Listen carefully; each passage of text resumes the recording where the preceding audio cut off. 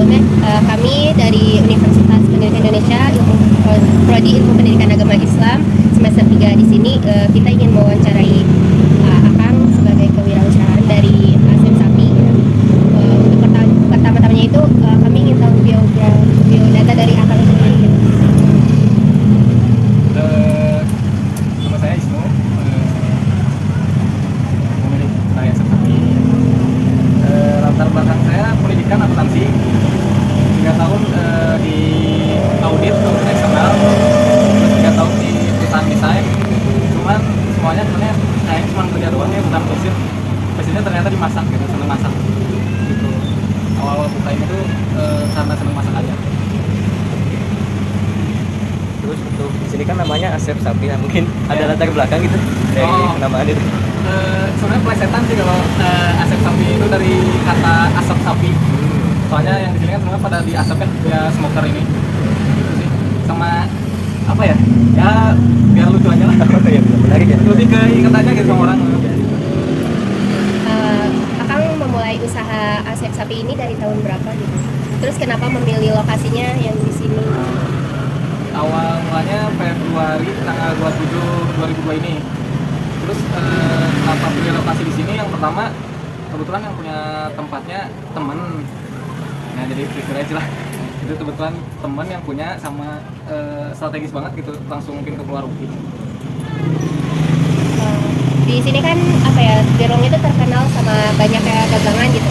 Dari Akang sendiri permasalahan apa yang sering dihadapin gitu dengan bisnis ini, terus gimana solusi Akang buat mengatasinya gitu? Sebetulnya dari awal mula saya permasalahannya mungkin orang-orang belum terlalu tahu sama shawarma, jadi asing gitu kalau shawarma tuh kiranya pasti kebab. Nah mungkin permasalahannya di situ sih, mencakup pelanggan konsumen baru, sama solusinya paling diedukasi lagi via Instagram. Kebetulan kan kemarin sih masih sendiri gitu pengelolanya, jadi masih ribet segala macam, ada belanja, desain, keuangan masih sendiri, jadi belum sempet lah gitu-gituan. Sampai dari pertama buka sampai sekarang belum pernah diiklanin sama sekali gitu. Pakai ads juga belum pernah gitu, cuman kebetulan temen ada di Info Bandung tuh, pernah sekali di Info Bandung. Berarti pemasaran dari Asep Sapi ini melalui media sosial seperti Instagram gitu sama secara langsung? Ya betul, via Instagram, cuman baru-baru ini lagi dikelolanya. Terus via ini Google My Business. Nah, itu yang nanti kan kalau pakai Google Rating tuh, kalau di search Asep Sapi, nah ada tuh di situ. Jadi kita mainnya nge-review pakai Google Rating. Soalnya kalau ratingnya bagus ya kalau misalnya kita buka aplikasi Maps nih, nah di situ langsung muncul rating kan. Nah itu juga termasuk nilai plusnya juga sih, selain iklan-iklan via online yang gitu. Mungkin lebih ke ini lagi ya. Tadi kan bahan dasarnya itu kan sapi ya. Sapi sama ayam Maksudnya kenapa memilih dua daging itu? Apakah dari harga atau apa? Nah, yang pertama kenapa pilih kita di sini pakai daging sapinya brisket, itu bagian sandung lemur. Kalau bahasa Indonesia sandung lemur, bagian paha bawah kalau nggak salah. Nah, kalau di telinga orang Indonesia kan agak asingnya nama brisket tuh apa sih brisket gitu. Lebih ke penalin aja soal brisket gitu. Nah, terus apalagi kalau brisket tuh si kandungan lemaknya itu stabil. Saya udah pernah pakai tenderloin, sirloin. Nah, terakhir brisket tuh yang pas pakai brisket lemaknya stabil sama dagingnya juga stabil gitu. Jadi nggak kebanyakan lemak, nggak kebanyakan daging juga. Berarti pemilihan bahan bakunya itu sesuai kayak keadaan Indonesia yang mayoritas suka, apalagi kan suka ada hari Idul Adha gitu ya, Iya, makanan betul. sapi, jadi Betul, kayak gitu. Sama daging sapi sih lebih banyak diminati. Saya juga heran, daging ayam di sini dulu banyak banget gitu. Sering 10 kilo tuh 3-4 hari habis. Nah sekarang daging ayam tuh semingguan lah habis. Kalau daging sapi yang mayoritas lebih mahal malah lebih laku, saya juga heran tuh, nggak tahu kenapa kalau gitu. Kayak gitu. Misalkan nih dari Santai aja. dari apa ya, dagangan ini lagi sepi gitu, lagi misalkan waktu zaman kemarin pas lagi corona itu kan pasti sepi karena mahasiswa juga jarang ada yang ke kampus. Nah, teknik Akang sendiri untuk mengatasi kesepian dari kedai itu bagaimana, Kang? Nah, alhamdulillah tuh kan saya tuh buka tuh Februari kemarin ya, mahasiswa juga belum open. Saya nggak pakai ya Bismillah lah gitu ya, tahulah aja lah. Dan alhamdulillah gitu kalau misalkan offline lagi sepi, online-nya yang rame. Dan begitu baliknya kalau online-nya lagi rame, offline-nya yang sepi kadang gitu. Susah ditebak sih kalau jualan.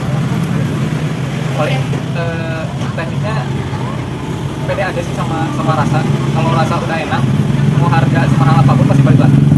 Justru orang bakal curiga kalau misalnya saya dagang daging sapi, istilahnya brisket lah, sama saya dijual 10.000. Nah orang kan pasti aneh kenapa tadi murah gitu.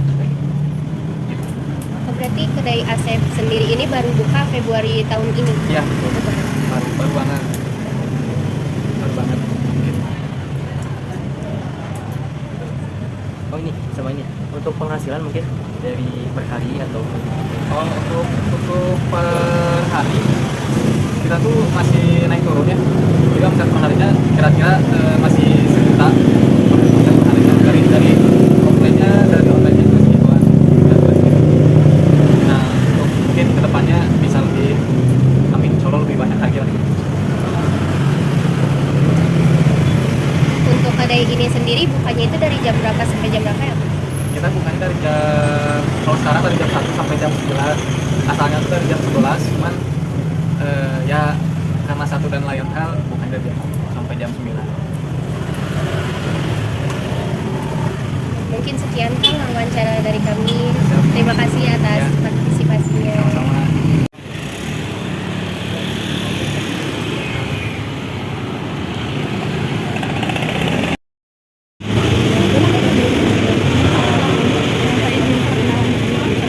Kami dari mahasiswa UPI dan jurusan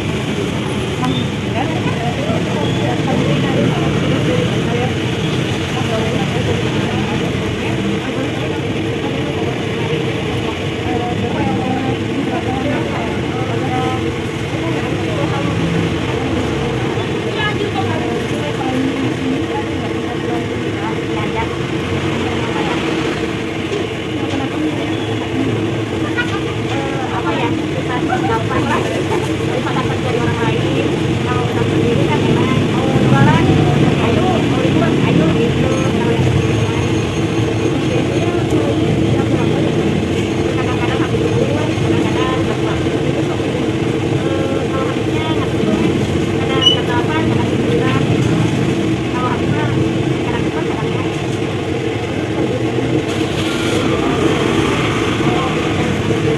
Kalau pulangnya berapa dan berapa saya harinya kadang-kadang sekitar 200 sekitar 500 itu hari itu kan pendapatan sehari. Berapa ya? 2005 atau 2008 kita lama lagi Mas Yomar buka baru berapa tahun Yomar buka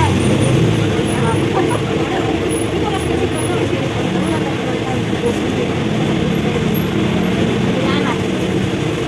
Kalau punya anak kan kebutuhan banyak ya. Kalau kita kerja di orang lain dulu ya, kalau dulu kan gaji berapa ya, sedikit gitu. Kalau kita sendiri kan lumayan kan ada lebih. Apa itu kan kalau makanya kalau nggak habisnya ya kalau adonan makan atau goreng.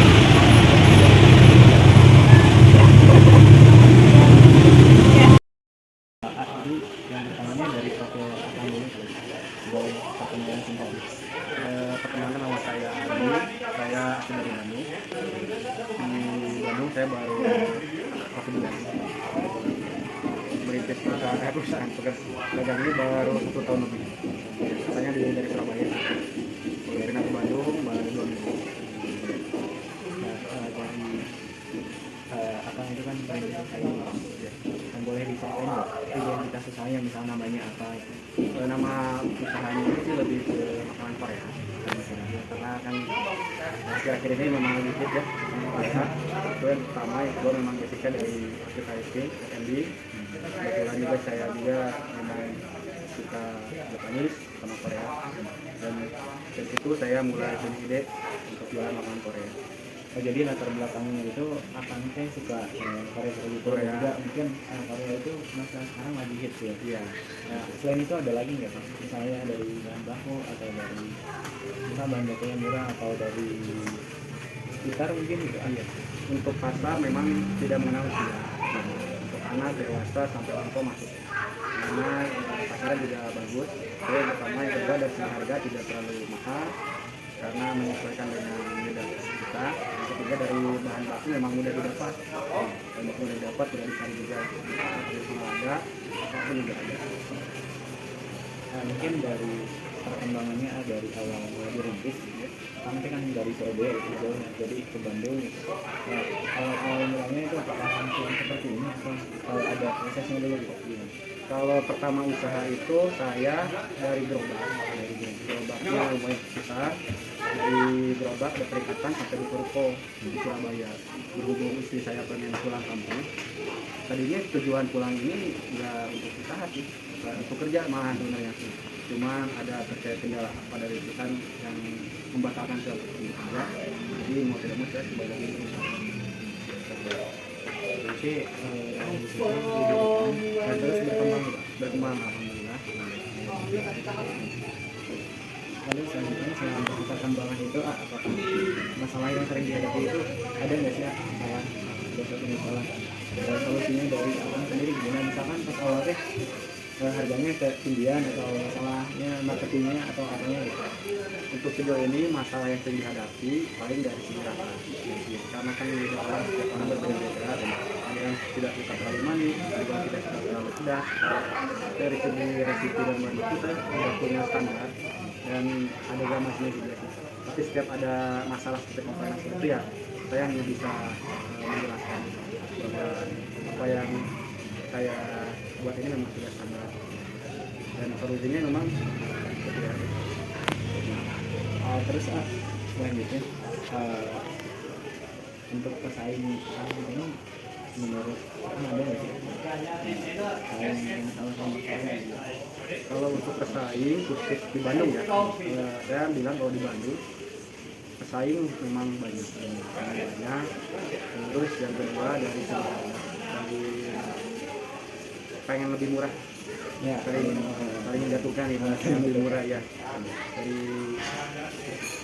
itu, tapi untuk orang-orang yang jualan makanan Korea itu pasti rasanya beda-beda sih kan. Tapi kalau saya pede karena memang saya dulu riset juga ikut coba Korea. Itu cuma kejadiannya aja. Kejadiannya bikin diri saya risetnya 3 bulan kok. Sampai mantap lah. Sampai saya juga dengan orang-orang kita sebelum dijual ada masalah baru sih. mana untuk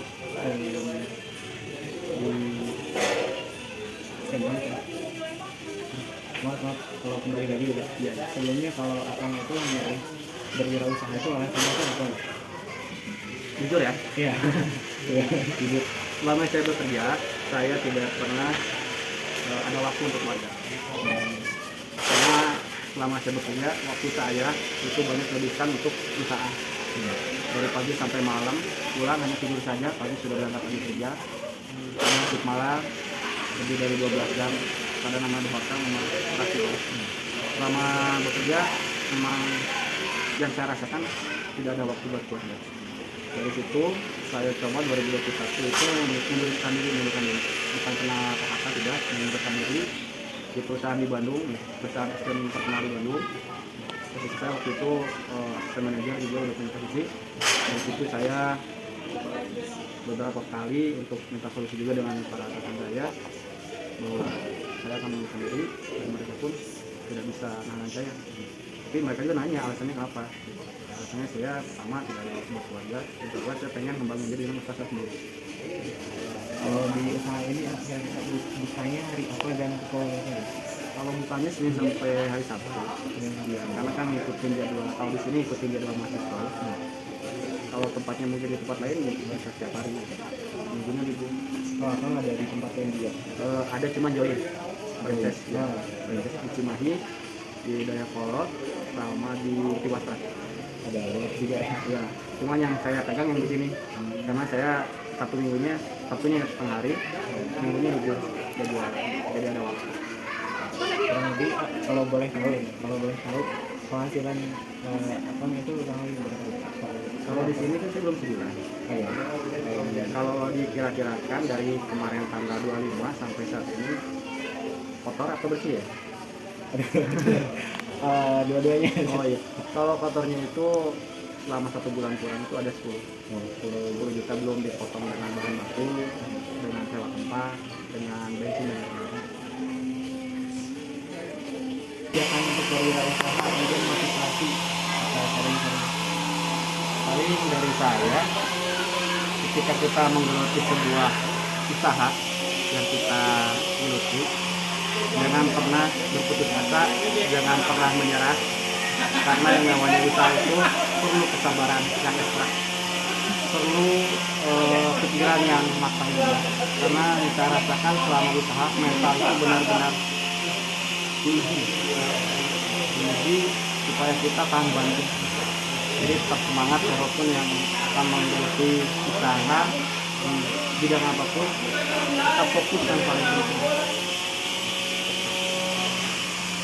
Mungkin teman-teman mungkin yang menonton dan mungkin yang menonton juga di kelas. Sekian wawancara dengan Kang Aldi pada kesempatan kali ini. Terima kasih ya Kang. Jadi untuk teman-teman yang mau jadi wirausaha dan betah untuk tetap semangat, fokus dan sabar karena masalahnya selalu ada terus ya. Baik itu dalam kehidupan sehari-hari atau terutama dalam berwirausaha. Jadi tetap optimis dan tetap semangat. Ya, terima kasih Kang.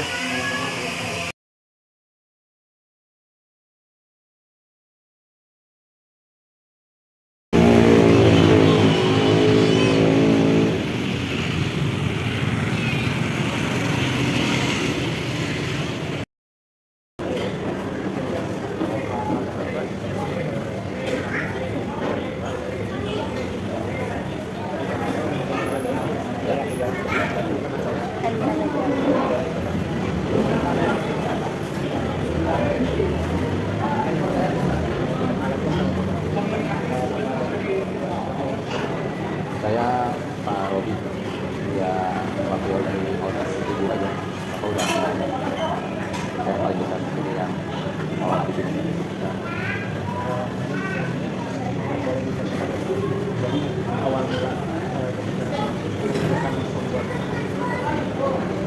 Kalau usaha martabak San Francisco itu awalnya di tahun 1967. Itu bapak saya sama ibu saya udah kawin nganggur, terus inisiatif ya cari uang buka apa gitu, ya bikin kue, bikin martabak. Kalau asam mulanya martabak itu tahun 67 ya martabak asal dari dia. Ya kue tapi namanya kan ditanya kita baru 2 bulan apa nama umumnya martabak. Tahun 67 awalnya ya didorong pakai roda gitu, pakai roda ya jualan kita. Terus berapa tahun kemudian yang rumah di Jalan Burangrang ya, ya sekarang ini tempatnya dipakai dengan bakso ini yang di sini bakso campur terang itu dekat sekolah TPI itu yang ramai ke jalan. Nah dulunya di situ, yaitu lumayan ramai. Terus kita ada spek tempat. Nah apa ngajak yang Jalan Burangrang ini banyak kaki lima kan, ngajakin kumpul. Jadi punya sera. Jadi martabak, terus ya cari sewaan lah buat ikut-ikut. Itu jadi tempat punya sera. Jadi martabak punya sera ya sampai sekarang saya begini. Ada martabak, tapi intinya yang punya kita tuh martabak. Nah dari itu di situ juga ramai, ya masih tradisional, masih pakai arang gitu ya. Pegawai-pegawainya juga selalu bawa dari Sumatera, kenapa orang Sumatera. Itu orang Solo, tinggal di Bandung. Anak-anak semua belajar di sini, ada orang. Itu tahun demi tahun, terus udah ramai. Ikut festival apa ya, masih ramai. Terus kontrak di Karapitan ya, Karapitan. Jadi cabangnya 2 Karapitan. Dari situ kan kontraknya udah berapa tahun, udah nggak bisa udah naik. Nah, pindah di Lodaya. yang sekarang ini ayam goreng Suhardi.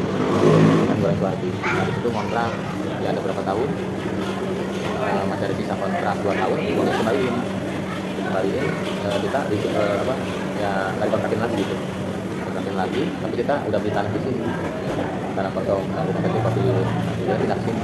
Tapi yang itu ibarat langsung 2 hari kemudian dibuka lagi seperti kita yang di Lodaya itu sama teman-teman dia pindah ke sini ya sampai sekarang. Ya uangnya kembaliin uangnya yang 2 tahun itu karena ada sesuatu lah gitu. Karena teman babi sendiri dagang di situ dagang martabak seperti kita, sama posisinya sama, pedagang yang Pujaseranya yang suruh pindah ke sini ya nggak mau, pada tetap di situ. Jadi sebagian ikut di sana, sebagian kita ke situ. Ramai di sini, udah ramai banget sampai sekali kita tetap di dalam kita tidak ramai. Ya, jadi dulunya Pujaseranya biasa. Ya kalau kita ingat ya, foto-fotonya yang tahun berapa tahun lalu ya, tapi masa-masanya ya kalau sejarahnya bisa ada di gue ya orang tua di kampung dulu masih umur 20 cari kayu ke hutan, ibunya jadi mau kasih jam tangan, tahunya jam tangan nggak dikasih, aku dia ke Bandung, merantau ke Bandung bawa apa ketemu ibu kawin ya mantap. Jadi awal mulanya dari susah. Jadi kalau nama San Francisco nya juga papa mama tuh pengen San Francisco, jadi namanya simpel-simpel aja. Nah itu jadi nama San Francisco. Dulu martabaknya martabak Bandung aja begitu, nggak ada nama. Kalau masalah resep-resep, ya resep mah umum ya, umum siapapun juga dikasih tahu resepnya. Karena resep itu udah biasa simpel-simpel aja. Masalahnya kita rame itu masalahnya masalah kualitas sama kita menyalahkan. Bumbu-bumbunya, topping-toppingnya, coklat jadi itu kita pakai nomor 1. Jadi harganya juga karena kalau martabak dulu martabak asli sama manis dulu punya orang tua, karena bapak sama semua orang baik, jadi adik mama dikasih martabak aslinya dikasih ke adik mama ya, dikasih adik mama, jadi punya kita tetap martabak manis. Dulu martabak manis zaman dulu masih 10.000, asli 5.000 karena naik terus. Ayam telur gitu semuanya naik lebih cepat dibanding ya coklat kacang gitu. Jadi martabak kacang akhirnya jauh lebih tinggi dari martabak manis sekarang ini. Jadi saya simpel aja sih. Kalau sejarahnya ya kalau pindah-pindahnya seperti itu. Iya. Kalau masalah pemasaran sih setiap ada acara kuliner ya dulu aktif semua. Setiap ada kuliner di mana kita festival pasti ikut. Kemudian juga kali kecap bangun ada festival pasti kita diundang. Karena kita punya nilai sejarahnya. Martabak yang lain juga kurang ikut dalam festival gitu pasti kita diundang. Masih ambil nama kita. Itu Pak ada strategi pemasaran yang kalau masalah untuk nambah keramaian pemasaran orang tua sih biasa-biasa aja karena orang Bandung kita udah pernah buka cabang ada di beberapa tempat, jadi kalau mau repot banyak ya urusan gitu ya banyak pegawai banyak ini, jadi orang tahunya di sini jadi adik yang bikin franchise sama buka cabang-cabang gitu, tapi cuma ambil nama orang tua aja sama kasih pemasaran itu. Kita kan ini martabak ini kan terkenal sama legendarisnya gitu kan. Kalau dalam menghadapi permasalahan dalam bidang perdagangan atau bidang dalam promosi dalam hal itu, Bapak bagaimana solusinya?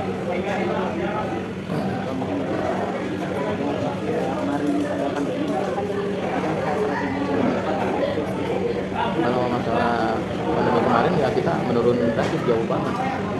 Masalahnya dari jam buka kita ngomongin jam buka jam 4 sampai jam 12 malam. Pembelinya tahunya jam segitu. Ya. Nah, kita buka siang akhirnya. Buka siang tetap aja daya belinya kurang karena kalau siang banyak kaki lima yang jualan. Kalau kita umumnya banyak orang luar kota lah, jadi martabak di Bandung terkenal. Jadi kalau orang luar kota datang sini itu oleh-oleh, ya, kue oleh-oleh gitu. Tapi benar kalau rasa sama mutu kualitas, kalau dari kamu sendiri bicara selalu martabak lebih enak. Ada sih umumnya ya nggak ada yang susah sih semuanya, masalahnya kualitas aja. Segalanya bumbunya itu pentingnya pakainya yang bagus-bagus aja. Kalau masalah harga gitu, kalau ada kenaikan itu naik. Kalau ada beli sih umum ya, tapi sekarang setelah pandemi segala mahal, martabak mahal daya beli berkurang. Terus daya saing juga, orang lain bikin martabak yang murah, bukan dia kadang pembeli bukan dia karena uangnya nggak ada, jadi dia beli martabak yang murah, itu bukan cari yang enak akhirnya gitu. Tapi kalau orang yang tahu rasa, dia bukan masalah harga, kita buat yang enak. Gitu. Kalau pandemi yang ini ya kita gratis dan nggak bisa kembali semula lagi, karena ditambah itu juga ditambah setelah pandemi muncul makanan-makanan martabak banyak di mana-mana sekarang. Gitu. Maksudnya kan Bapak bilang banyak muncul martabak-martabak ini. Dalam berbisnis ini Bapak itu ada apa ya? Strategi untuk menghadapi persaingan gitu Bapak? Kalau strategi itu kan supaya kita membedakan dari yang lain, paling kita tambah-tambah topping-topping lain, ciptain menu-menu baru. Ya kita ambil contoh seperti Pizza Hut. Selalu tiap bulan ada keluar Pizza Hutnya tetap itu, tapi bumbunya yang ganti-ganti gitu. Jadi kita nyobain sendiri. Kadang-kadang kita nyiptain juga dari tamu juga. Ada tamu datang ke sini, dia bawa coklat sendiri. Kayak sejarah yang Toblerone itu ya, rame martabak Toblerone di mana-mana. Sebenarnya bukan menu itu, dari tamu sendiri bawa coklat Toblerone, Toblerone hancurin ke martabakin. Nah, kamu itu tapi di sini selalu bawa Toblerone gitu. Nah, gitu Toblerone kayaknya laku gitu, tempatnya mahal gitu, tapi rasanya enak gitu ya. Akhirnya itu sekarang martabak Toblerone. Gitu. Tapi banyak orang yang suka. Coklatnya lebih enak. Ya kita nggak semua menu dijual-jualin karena ambil coklat-coklat yang mahal juga banyak gitu. Untuk bikin topping seperti itu, bikin menu seperti itu kan daya belinya kalau kita mahal-mahal semua nggak seimbang gitu. Kecuali kalau masalah daerahnya, tempat gitu ya, orang-orangnya yang ada gitu ya, mungkin kita jual yang mahal-mahal ada daya belinya gitu. Kalau di sini kurang-kurang lumayan lah orang-orang di sini masih pada pakai mobil gitu ya, jadi daya belinya ada. Kalau untuk yang golongan kecil kita rubah strateginya, kita bikin yang small dulu nggak ada, tetap satu yang laris aja. Jadi nggak ada, ya nggak ada bikin martabak yang kecil. Cuman kalau kita bikin martabak yang kecil, jadi kan harganya bisa setengahnya. Nah itu strategi supaya lebih murah karena naik terus seperti yang lain juga. Kan ada yang harganya tetap tapi isinya dikurangin. Kalau kita ngikutin aja, cuman kita bikin martabak yang lebih kecil supaya harganya lebih murah.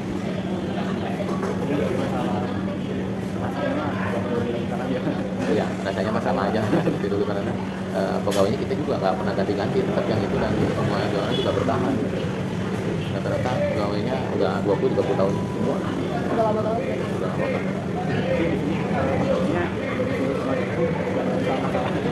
Ya dulu banyak pegawai-pegawai yang dari papa orang yang susah, dia orang yang cukup gaji, dia orang pada buka sendiri banyak.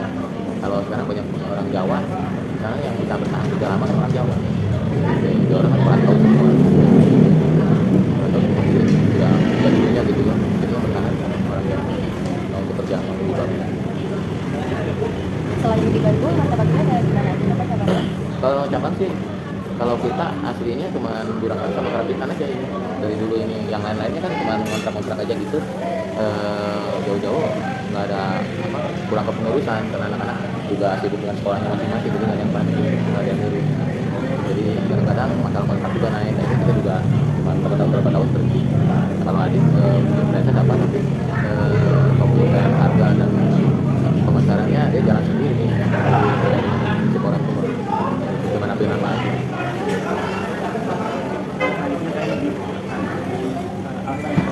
Ketika orang tua Bapak mendirikan wirausaha, nah pada saat Bapak remaja, apakah terlintas memang ingin berwirausaha atau memang ingin apa nih Pak? Dan kenapa memilih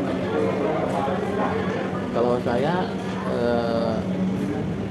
kalau itu kan mesti punya tempat, punya modal. Ya, tapi kan pikiran saya karena saya paling besar ya saya bantu orang tua. Ya, intinya bantu orang tua. Gitu. Kebetulan kan bapak nggak ada juga, jadi semua juga melibatkan saya untuk meneruskan usaha gitu. Ya. Adik-adik saya juga banyak di Jakarta di mana buka yang kementok sama rata-rata nilai kontraknya naik gitu. Kayak di Jakarta buka udah itu kita malah jadi sepi. Ya mesti mulai dari pertama lagi cari langganan. Ya karena kalau kita buka di tempat lain, kalau kita di Bandung jagonya San Francisco, kalau kita buka di Palembang kan jagonya misalnya Holland. Ya, kita buka di sana kita nggak terkenalnya martabak Holland karena rintisannya Holland udah lama di sana, kita buka baru San Francisco gitu. walaupun lebih enak tapi kita kan bisa bertahan lama ngumpulin langganan, tapi nilai kontraknya naik terus juga kita jadi kepentok. Jadi kita jadi nggak ngembangin seperti itu, jadi kita seperti sini, jadi orang kalau tahu pasti kesini, walaupun jauh juga pasti kesini. Nah, itu kecuali adik usaha sendiri, menambil nama, dia ngelola sendiri, dia buka franchise di Jakarta di mana-mana. Jadi banyak yang di franchise juga berarti dia buka sendiri juga. Jadi memang keluarga banyak menjadi terlihatnya Ya, tapi yang satu kan di Batam, yang satu di Jakarta, yang satu di Solo. Kan udah pada nikah. Itu saya di sini yang ikut orang tua ada paling besar. Itu jagain ibu. mungkin Pak selanjutnya mah dari Bapak ada tips-tips gitu Pak untuk teman-teman di sana untuk kita yang berwirausaha. Kalau untuk usahanya apa, di bidang apa, atau di martabak atau kuliner yang lain? Kalau kami Pak, kelompok kami merintis usaha puding. Kalau masalah makanan tahun demi tahun, ya kalau tradisi gitu ya, kalau ikutin zaman selalu lama-lama selalu hilang gitu ya. Nggak ada bisa bertahan, mungkin ya itu kan 1001. Kalau misalnya di bidang kuliner semua juga banyak yang jatuh, banyak yang rame terus jatuh gitu. Jadi misalnya kita buka di depan, kontrak habis kita pindah di seberang, langsung bisa sepi itu. Tempat tradisional, ya, wah kesannya murah, enak dan lain-lain. Terus kita bangun yang mewah, orang jadi kesannya wah jadi mahal nih sekarang. Gitu. Juga pernah makan ke maunya dulu, maunya mas boga, biasa lah kayak begitu makan enak apa. Ya, jadi dibangun loh, makanan jadi mahal. Pegawainya jadi resmi, UMR dan gedungnya, pegawainya kan dulu biasa-biasa kan, juga pengaruh. Kalau makanan minuman tiap tahun tiap bulan juga banyak orang bikin inovasi minuman apa, nanti keluar minuman apa yang beda rasa. Jadi yang tradisional juga itu lama-lama memangnya juga hilang gitu.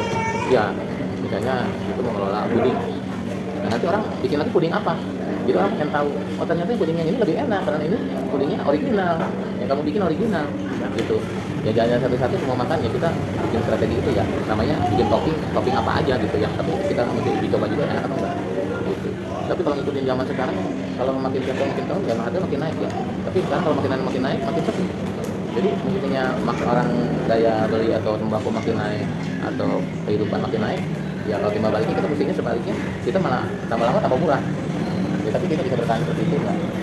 Kalau ada cerita adik mama buka martabak juga, yang ini juga dia buka di Jakarta, dia sempat rame dulu sampai habis, sampai disabotase sama adik mama juga. Jadi adik mama yang ini buka martabak di Jakarta, adik mama ikut bantu yang satu lagi yang di Jakarta.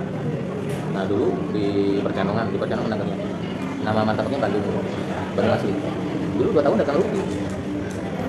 Siapa yang bisa bertahan dagang rugi 2 tahun? Modalnya mesti berapa? Dia dagangnya nggak kepentok kontrak karena dia dagangnya di pinggir jalan pakai tenda, jadi bisa bertahan lama ya nilai tempatnya karena nggak bisa ini karena di jalan ya.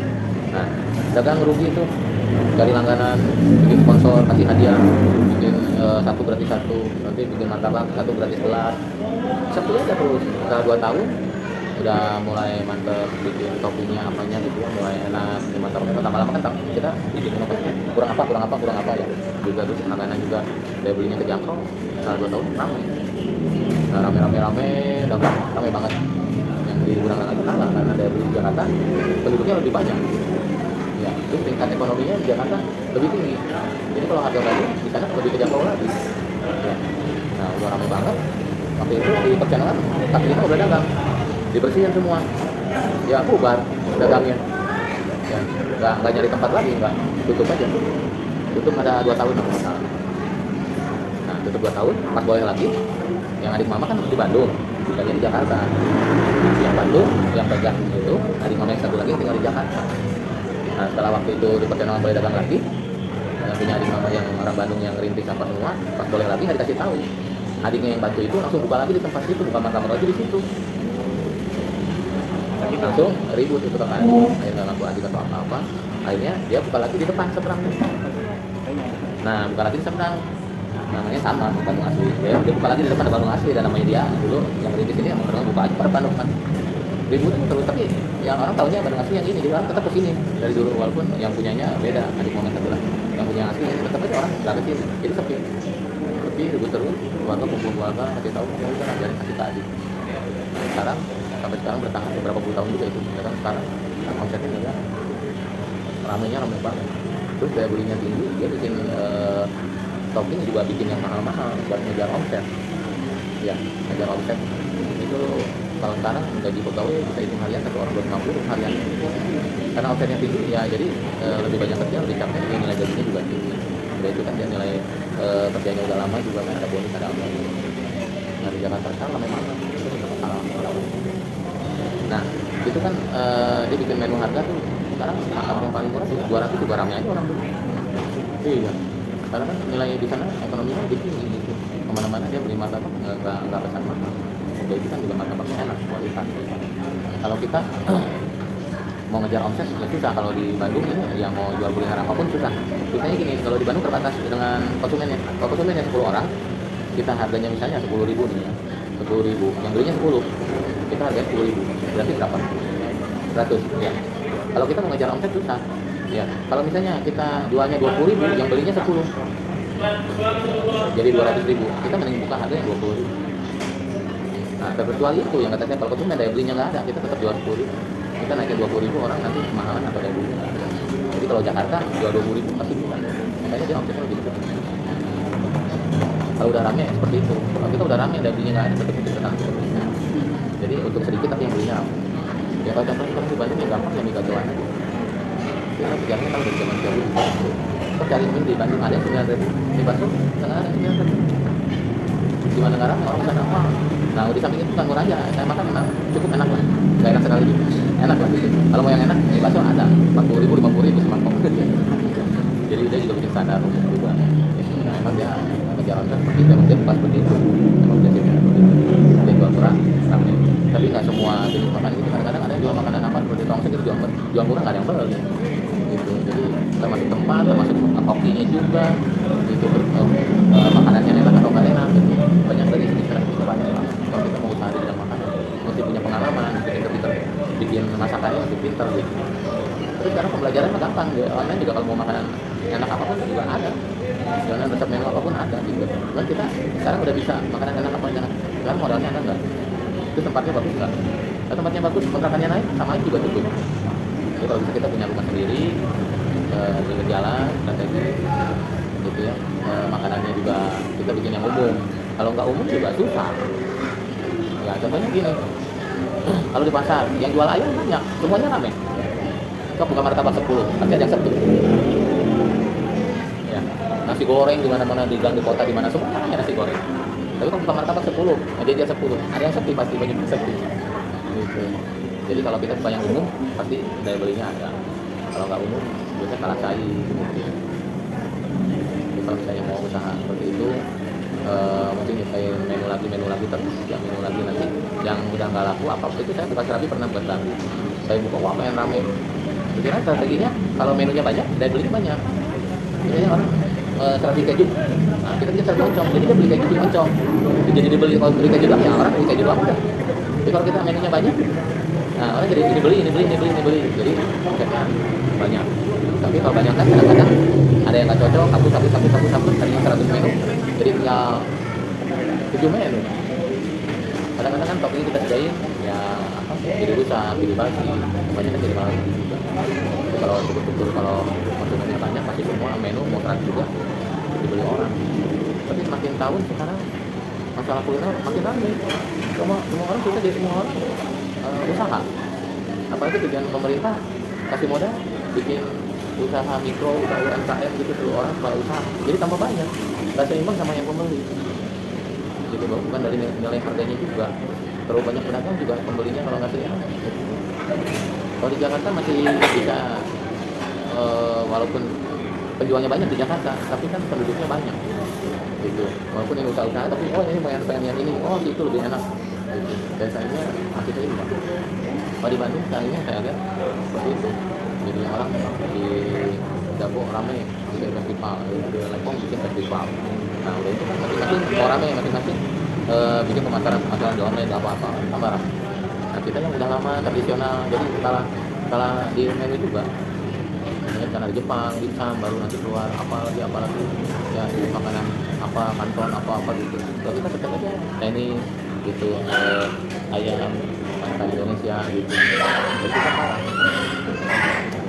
Jadi sekarang ini dengan kenaikan bensin tembakau ini untuk usaha yang umum ini sekarang nggak bisa naik pesat gitu. Jadi naiknya jualannya biasa aja, untungnya sedikit gitu aja. Nggak bisa jualan bisa sampai naik. Ya itu terkecuali itu kalau kita emang kopi kayak mie gacuan bisa rame, bisa bertahan. Kalau bisa udah meledak sekali, ya itu udah abang mau di mana ya udah rame aja udah. Tapi kalau kita cuma naiknya udah tinggi, udah rame, udah terkenal itu masih bisa jatuh.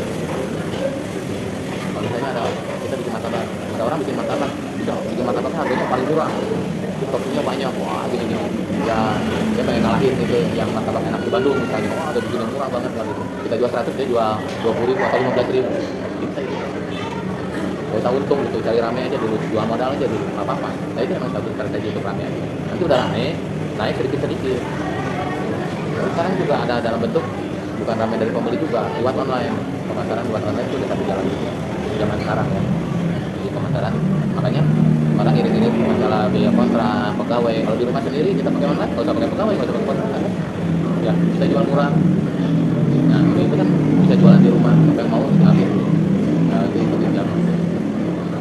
Kalau kita udah tradisi. Kalau tadi menyinggung soal konsep, boleh sedikit diceritakan kisaran konsep di martabak.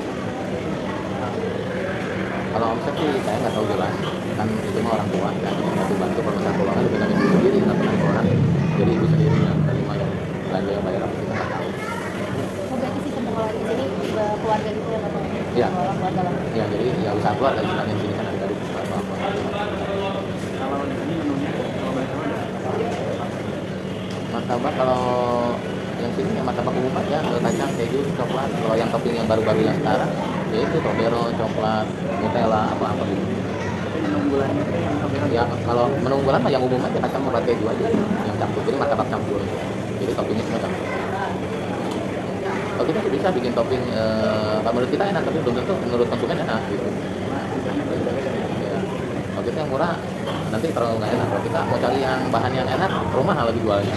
Dari beli berkurang. Sebenarnya kita bikin yang lebih enak nggak apa-apa, harga lebih mahal nggak apa-apa, kita belinya enak. Nah itu. Karena untuk Bandung kelihatan banget gitu. Dulu mobil kemana-mana macet, bensin naik, jadi nggak macet. Sekarang jadi hitung-hitung kalau mau keluar habis bensin. Oh lebih murah pakai Grab, pulang pergi pakai Grab. Kalau kita pergi ya parkir, kalau kita ke mall parkirnya di jam, apa gitu ya. Lebih murah kan. Ya angkot kalau nanti bawa mobil, ya waktu habis.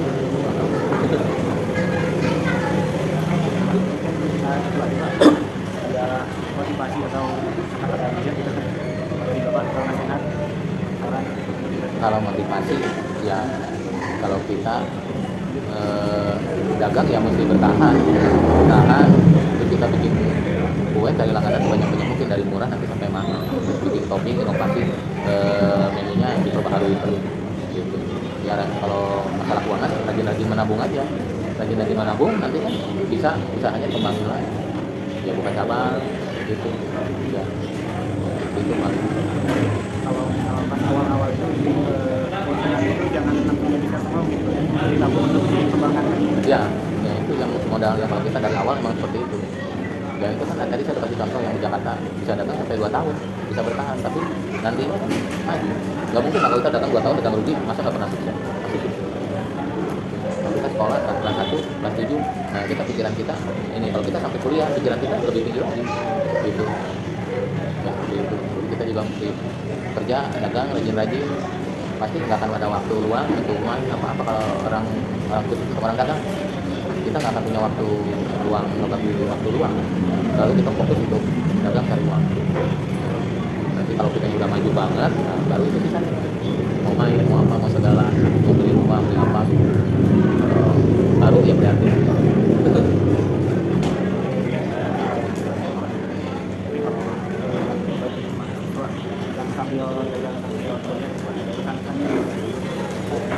Kalau untuk sekarang ini ya dengan nilai ekonomi yang naik terus yang begini jadi di sales sih. jadi diskresi apa mahal dan beli berkurang.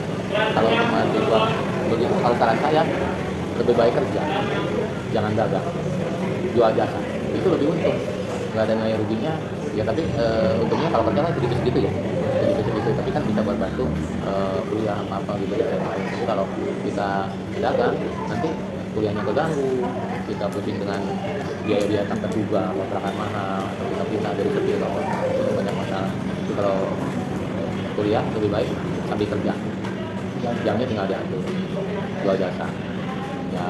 Kalau yang gampangnya, kalau contoh sambil kuliah sambil ngegojek nah gitu ya, itu untung lah, biar gimana sih untung seperti itu. Ya kerja di restoran, jangan suka restoran gitu. Kalau mau pergi gitu berarti kan nggak ada ruginya. Kalau orang nggak bisa kita harus sementara itu. Nanti kalau udah sukses, udah jalan, nanti di bidangnya masing-masing sudah ke bidang apa. Banyak orang kuliah misalnya jurusan hukum atau apa, kerja emang hokinya nggak sengaja, di rumahnya dagang, campur taunya enak, jadi ramai. Jadi memang seperti itu. Jadi bukan pakai nanti udah ketemu uangnya di sini, udah jadi tukang campur aja, bukan jadi pengacara. Tapi kalau pas jurusannya gitu ya, kadang-kadang kuliah itu kan kebentur dengan masalah keuangan. Kerja jurusan apa, nilai sekolahnya nggak tinggi, terimanya di kejuruan apa, ambil aja ini. Tahunya pas udah semester habis, kita punya ide ini kadang-kadang nggak pas. Nah, jadi kita berpikir selalu ikutin kedepannya. Kan zaman sekarang online, dulu kan zaman online. Nah, nanti kedepannya zaman apa? Zaman politik apa ya? Ikutin zaman online ya, zaman apa? Yang penting seperti sekarang dari saya banyak ya, satu menjaga modal. Ya modal tadi dari awal itu tadi kita kalau misalnya tapi kuliah lebih kerja aja, ada satu modal. Nah, tapi kalau mau jualan lagi, cari yang nggak rugi, dagang yang nggak rugi. Sepertinya jual aqua, nggak laku juga nggak rugi. Tapi kalau jual masakan nggak laku basi ya. Jadi untuk awal cari dagangan yang nggak ada nilai ruginya. Dari ya jual minuman, teh uduk, aqua apa gitu ya. Cari-cari yang seperti itu. Buka tokonya ya, toko spare part kita spare part modal tapi nggak ada yang beli ya nggak rusak gitu. Tapi kalau yang bikin yang ada olahan begitu, ya mudah-mudahan sih semua juga bisa ramai ya. Tapi kebanyakan banyak orang yang dagang juga yang ada. Kadang-kadang kalau di saya baru dagang namanya baru dagang 1 bulan, jadi sepi. Kalau saya kalau sepi ya gimana, baru sebulan orang tahu juga belum ya. Sekarang kasih coba gratis rugi lagi ya ke orang. Berarti kasih coba baru dagang kasih gratis sama box lagi gitu kayak. Nah, ada yang dagang bubur gitu, baru 1 bulan keluar sepi cuma. Tahunya udah sebulan banyak yang nanyain mana tukang bubur. Jadi awalnya memang begitu. Waktu itu udah dagang setahun, benar-benar gimana ini nggak ramai, nah baru tutup. Mungkin kita cari masalahnya di tempat apa gitu. Kayak kita misalnya jual campur, kita bukanya di perumahan, campur nggak bisa ramai, tapi buka campurnya di sekolahan, ramai di sekolahan mah, karena anak-anak suka campur, di tempat juga. Kalau kita mau bertemu udah di atas 50-an, kedepannya cari uangnya tipe-tipe aja. Ya, kalau cari uang sebanyak-banyaknya juga dibawa mati. Iya, kalau dari muda gini perjuangannya masih tinggi.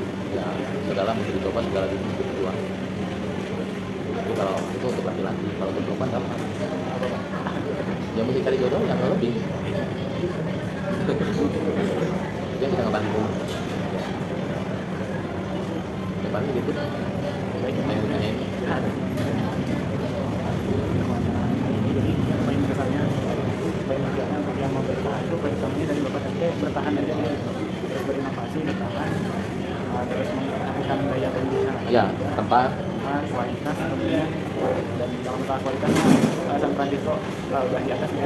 ya, sekarang tambahannya itu sekarang kalau ngikutin zaman sekarang mesti jual yang murah-murah, meriah, enak, tempat bagus. Ya mungkin sekian Pak.